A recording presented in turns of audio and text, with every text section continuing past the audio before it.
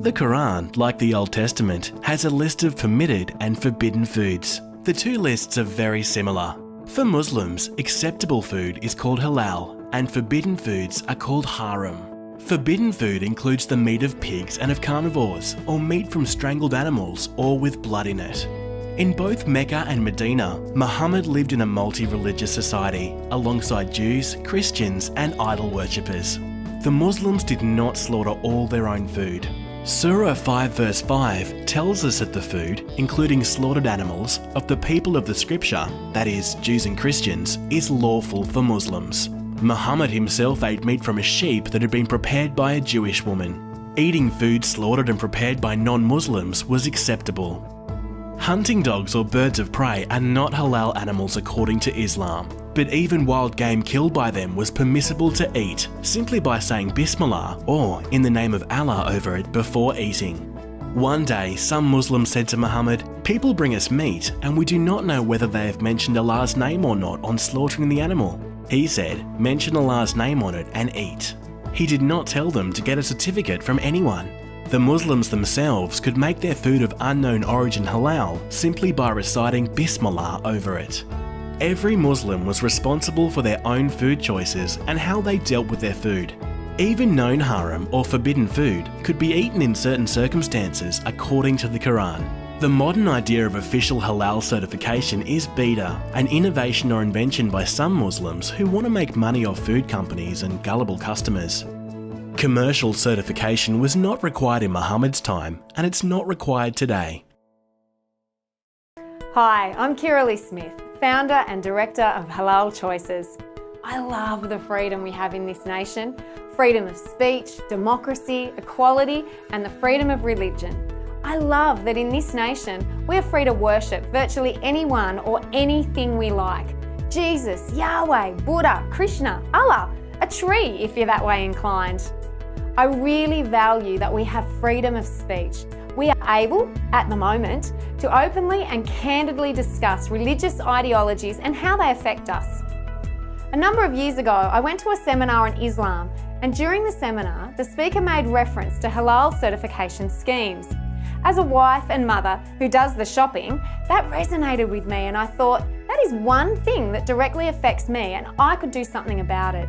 I wanted a choice about what I spent my family's hard-earned dollars on. I came home and tried to find a list of halal certified products on the internet. What I discovered was astounding. After about 4 hours of searching and foot stomping, I realised there was no comprehensive list of halal certified products. There was a lot of discussions and comments about it everywhere, but no clear list. Over the coming days, I contacted some companies and even halal certifiers themselves to investigate a little further. In this presentation, I want to share with you some of the discoveries I've made along the way, including corruption, confusion, and outright deception. After 10 months of intensive research, including phoning companies, writing letters and emails, we compiled a shopping guide, which you can find on the website Halal Choices. You can also buy a pocket-sized shopping guide to take with you. We now attract over 15,000 unique visitors a month to the website. Most are consumers looking for information about halal certified products, as more often than not, it is not clearly marked on the label. Consumers tell us they want a choice when it comes to whether or not they want to fund and endorse an Islamic religious practice with their everyday grocery purchases. This is in direct contrast to the freedoms we enjoy in this country. Freedom of religion is a fundamental human right. You are welcome to practice the religion of your choosing, but it is not to be imposed upon others, and it is certainly un-Australian to ask others to fund it. When I buy my milk and cereal, bread, fish or any other grocery item, I'm happy to support the farmer and manufacturer, but I don't want to fund religious practices.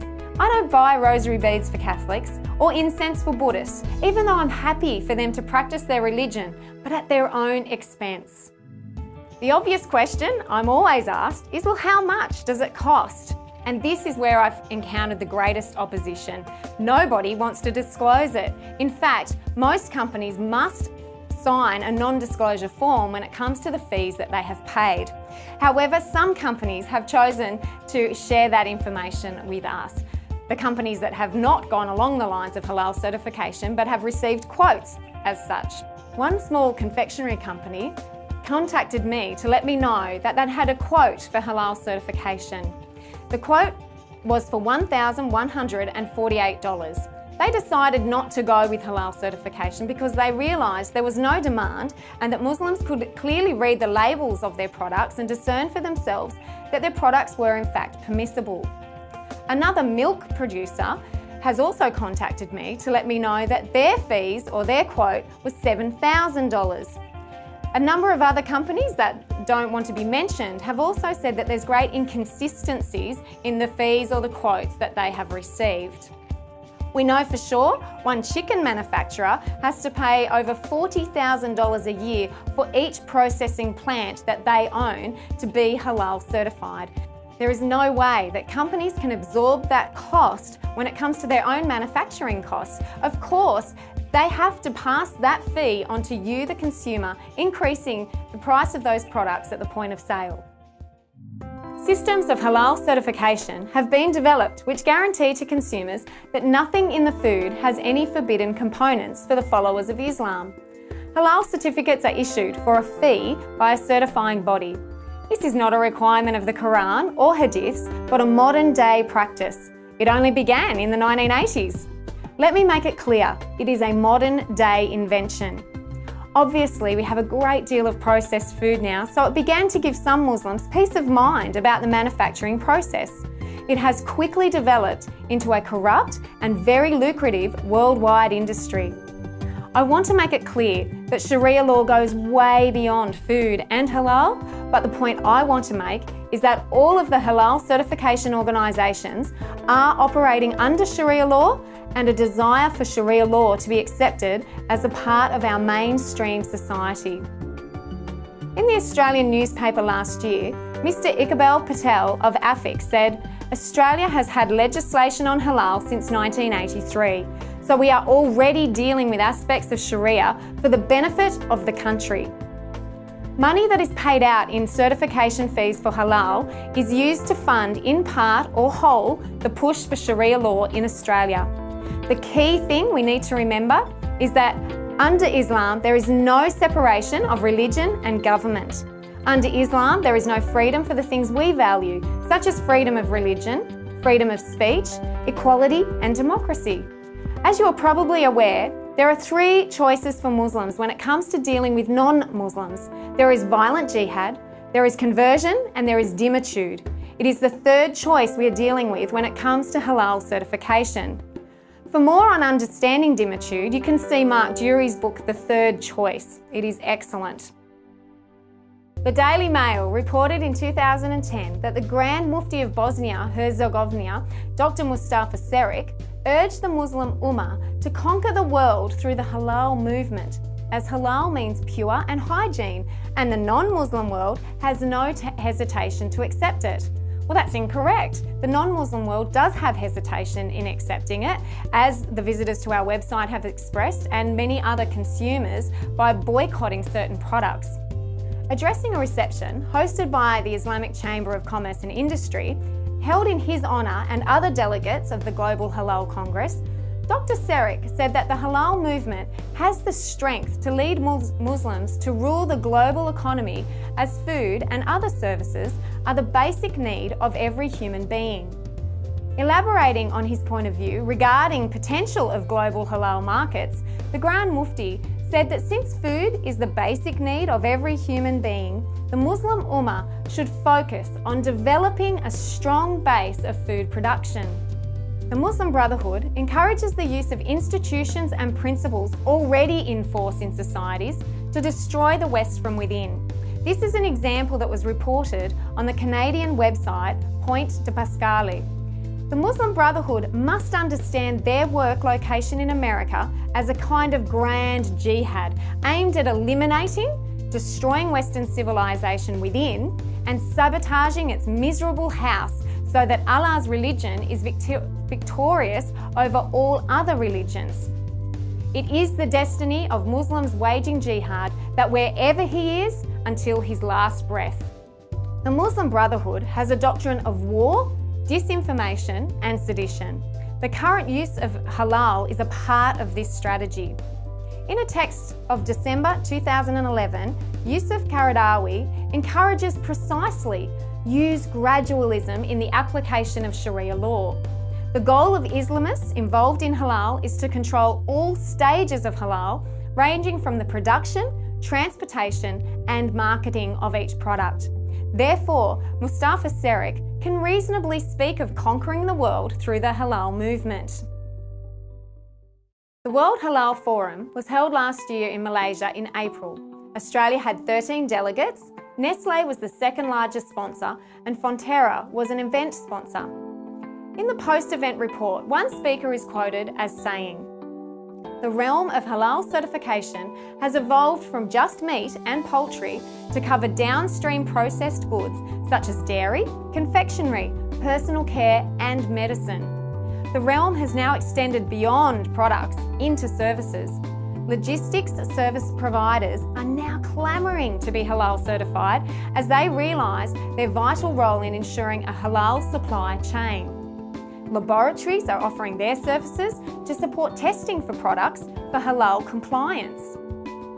I have even read about halal hubs in Malaysia where there are gated industrial communities and everything inside is halal certified, from the transport to the buildings to the products and even the finance." Muslim Village claimed in July it is a $2.9 trillion halal market, and that is growing 20% a year. $560 million of that is in halal cosmetics alone, and it is booming. Today, halal certification affects pharmaceuticals, finance, animal feeds, ingredients, personal care, and health supplements. The concept of tayyib, or wholesome, pure, good halal, is growing. This concept requires that halal processes be adhered to at every level of production, including the feed that the livestock eats, the financing of the business, the logistics processes, and so on. This will have a huge impact on economies and methods of practice. In Australia, if this is adopted, it will affect primary producers, manufacturers, investors, and retailers in ways we can only begin to comprehend. So, for example, this would mean the grain that the cattle eat is halal certified. So is the trough it eats out of, the farm it lives on, the drenches and the medicines used, the vehicles it is transported in, the abattoir it's slaughtered in, the packaging it is packed in, the transport again, and finally the shop it is sold in. And the financing all the way would have to be Sharia compliant. This is really big. To be Sharia compliant means that the companies cannot use their money to invest in other companies like the pork industry, the alcohol industry, even our defence forces. Countries like Brunei, who have depended on oil for income, are now branching into halal certification because of the huge dollars to be made. It's up there with oil. The Chief Executive Deputy of Al-Islami Foods, Hamid Badawi, stressed on the importance of creating a global standard for the halal industry as a step towards transforming it into a global economic power. From the website halalfocus.com.au in 2011, this quote comes, "For marketers who are keen to sow the seeds of brand loyalty at a young age, the Arab Spring ought to be a wake-up call that it's time to move beyond glib generalisations and get to know Muslims better." We see that there are approximately 780 million Muslims in the global population. This makes up about 43% of all people. 11% of those are Muslims under the age of 25. This is not going to go away. We can't ignore it and pretend, "She'll be right, mate." There are clear strategies and deliberate steps being taken right now to merge these industries in such a way that Islam won't need all-out violent jihad to dominate the world. It is being done by stealth, and you and I, in many cases, are funding it through our everyday grocery purchases. The list of halal certified products is outrageously long and includes products such as milk, bread, honey, and nuts.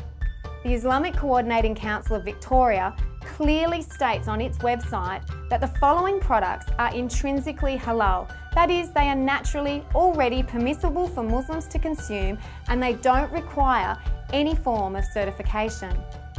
The following products are definitely halal without a certificate: milk from cows, sheep, camels and goats, honey, fish, plants which are not intoxicant, fresh or naturally frozen vegetables, fresh or dried fruits, legumes and nuts like peanuts, cashew nuts, hazelnuts, walnuts, grains such as wheat, rice, rye, barley and oats. I emailed the link to this page to Capilano Honey after I discovered they were paying for halal certification. This was their response.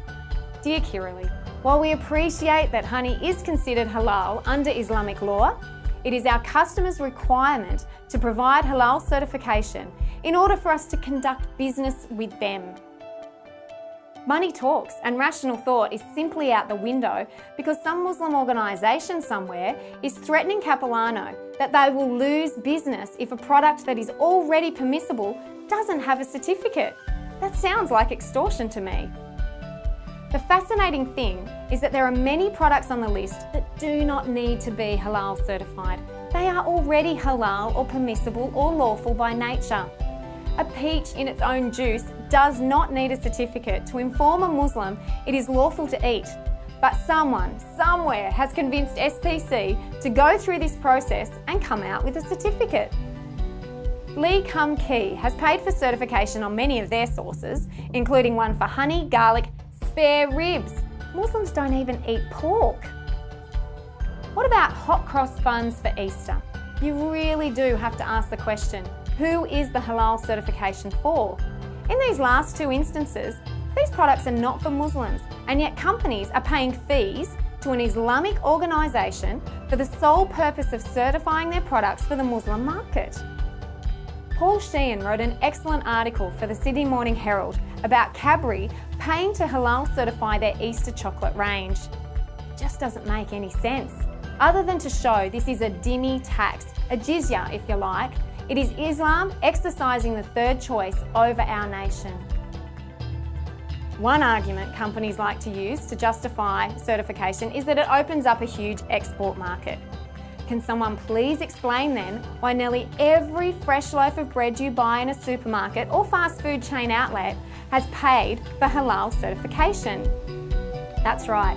I have 23 pages of halal certificates for breads from Aldi, Best Buy, Buttercup, Black & Gold, Coles, Drake, Foodland, Good Stuff, Golden Crumpets, IGA, No Frills, Savings, Abbott's Village Bakery, Baker's Life, Balfour's, Clear Wrap, Fisher's, Franklin's, Goldmax, Home Brand, Hot Baked, Independent Bread, Jackaroo, Maxi, Naked Bread, Restaurant Bread Range, Richie's, Smart Buy, Spud Shed Bread, Sunbless, Texas Toast, Superbarn Bread, WA Country Bakers Brand, Woolworths, Boss Hog, Brody's, Burger King, Chicken Treat, Dinkum Dogs Hot Dog Rolls, High Top, Tip Top, Hog's Breath, Holden, Homestead, Hungry Jack's, KFC, Oporta, Red Rooster and Wendy's. Parmalat also have a huge list of halal certified products, most of them being the white milk you buy in supermarkets every day. White milk does not need to be certified. The other thing is they don't mark their labels clearly to show that they have paid for this Islamic certification on their product. They displayed the certificates on their websites, but because of the negative feedback they received, they have now been removed, even though they're still paying for this halal certification. Thankfully, there are companies like A2 Milk who are somewhat educated and know that their milk is already permissible and will not pay an Islamic organisation a fee to endorse them. You have to understand, this is about a global push for Islamisation. A chicken supplier from Western Australia contacted me after he had lost over $120,000 over a 3-year period because he refused halal certification. This man ran his own business and he would go to Steggles, pick up the chickens and take them to takeaway shops. Steggles became halal certified and so did a number of the takeaway shops. This man was approached by an halal certification agency and was told that he would now need to have his van halal certified. He would have to pay a fee, which was several $100s at the time, so that he could also be considered halal certified. You see, if a chicken is slaughtered halal and wants to be retail sold as halal, it also needs to be transported according to halal certified principles. He didn't want to pay it. Nothing had to change in his van or his transport methods. It was just a matter of handing over hundreds of dollars to say that his transport was halal certified. He paid it for a year or two and then decided, what a waste of money. I don't want to pay it anymore. So he stopped paying it. He was pressured by the imam to continue paying, but he said, no, I'm not going to pay this fee. Then what he realised was that one by one, the chicken retail outlets were beginning to boycott him. They said, we cannot buy your chickens unless you are halal certified. He realised that they had been pressured by the certification companies to say, don't buy your chickens from him. Over 3 years, he stood his ground and refused to be halal certified. As I said, he lost over $120,000 in business during those 3 years. In frustration, towards the end of his career, he decided he would go back to the imam and say, all right, I will pay the few $100s, get my van certified, even though I think it's a rort and it's ridiculous. The imam smiled and said, sure, we will halal certify you. However, the fees have gone up. You need to pay for the last 3 years that you were not halal certified, and I'm going to fine you. This poor man agreed. He was so at the end of his tether. But this is the sort of pressure that some businesses are facing when it comes to halal certification. A former employee of King Island Dairy told me a very interesting story. A number of years ago, when he was working there, King Island Dairy decided to pursue halal certification. They contacted a number of these agencies, and one in particular was very keen for the extra business. They went through a lot of the information over the telephone, including the fact that he would have to come to their processing plant, he would have to inspect it and oversee the manufacturing process to ensure that there were no blood, pork or alcohol products used in that process of manufacturing or producing their products. When they decided, yes, we would like to continue with this, we'll go further, the King Island Dairy representative explained, you'll have to come down to King Island, and the Islamic certifier asked the question, where's King Island? And the representative said, well, we're in the middle of Bass Strait. I said, well, how do I get there? I said, well, by 4-seater plane, that's the only way you can get to King Island. The Islamic certifier responded and said, I don't do 4-seater planes. You just pay a little bit extra and I'll give you the certification, even though I'm not going to come and inspect the processing plants. It's another example of the rort and scam that I've uncovered in my research of halal certification schemes in this nation. Early on in my research, I spoke with a representative from the Australian Halal Authority. Mr. El-Mawali explained to me and was very adamant that many Muslims do not trust the halal certification symbol. The reason being there are many different certifiers in our country and around the world, and many of them disagree on points of Sharia law. This was confirmed for me when I visited lots of Islamic chat rooms where they were discussing, is this product halal or not? This has the symbol, but it has this product in it, maybe something like alcohol, so it really can't be permissible for us to consume. There was a lot of this sort of chatter on the internet. This was ultimately confirmed for me on national television when Mr. El-Mawali was interviewed about halal certification schemes, and he himself confessed it's not about Sharia law. In fact, it was only about him getting very, very rich and buying his wife's shoes. The most recent level of the ludicrous was exceeded when we found out that cat food had been halal certified. How can it be? But it is. Purina Fancy Feast cat food is now on the list. On the Islamic website Muslim Oasis, a commentator writes, on the lighter side of the use of the term halal, but equally unnecessary use, is the manufacture and sale of halal pet food. Given that animals are not governed by the ruling of halal and haram with respect to their actions or their food, you have to wonder how far the use of the term halal can go. Does my cat care if he eats meat not slaughtered in a halal manner? No, he doesn't, let me tell you. He only cares if it smells and tastes good, and if it doesn't, he will go catch his own. And although he is a clever kitty, I don't think when catching little mice, he stops to draw his claw, Zorro style, across their jugular vein whilst meowing, Bismillah. This Muslim writer goes on to say, Allah has seen fit to ensure that animals are in submission to Him and are not required to use their free will in accordance with His laws, because technically they don't have any free will. Halal and haram do not apply. The Muslim writer then goes on to ask, is this what is supposed to be integration? No, it is a money-making scheme. And all that comes from an Islamic website. Recently, our national airline Qantas submitted to Islamic religious practices over and above Australian cultural values. It is heartbreaking to see big businesses compromise what our forefathers and current soldiers fight for. Freedom! Freedom of religion, freedom of speech, thought and lifestyle.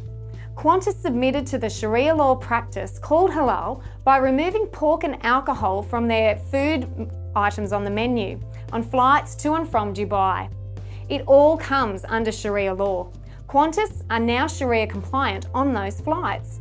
They've conformed to a religious ideology that is trying to dominate us and is oppositional to our way of life. On their Facebook page, Qantas tried to allay people's fears with the following statement. On flights to and from Hong Kong and China, our menus include regionally inspired dishes such as stir fries, and to Singapore we have noodle options. Yes, Qantas, these are options. Not every passenger is forced to eat noodles. There are choices. If, however, you fly to Dubai, you must conform to Islamic Sharia law regardless, and you have no choice. Others have tried to argue that the handlers in Dubai won't handle the pork scraps. That's rubbish. Don't pardon the pun. You can buy pork products in Dubai. Qantas have blatantly upheld Sharia law over and above Australian values and standards of choice, a fair go and freedom. Where will this end? As consumers, we have to understand the full impact of Sharia law.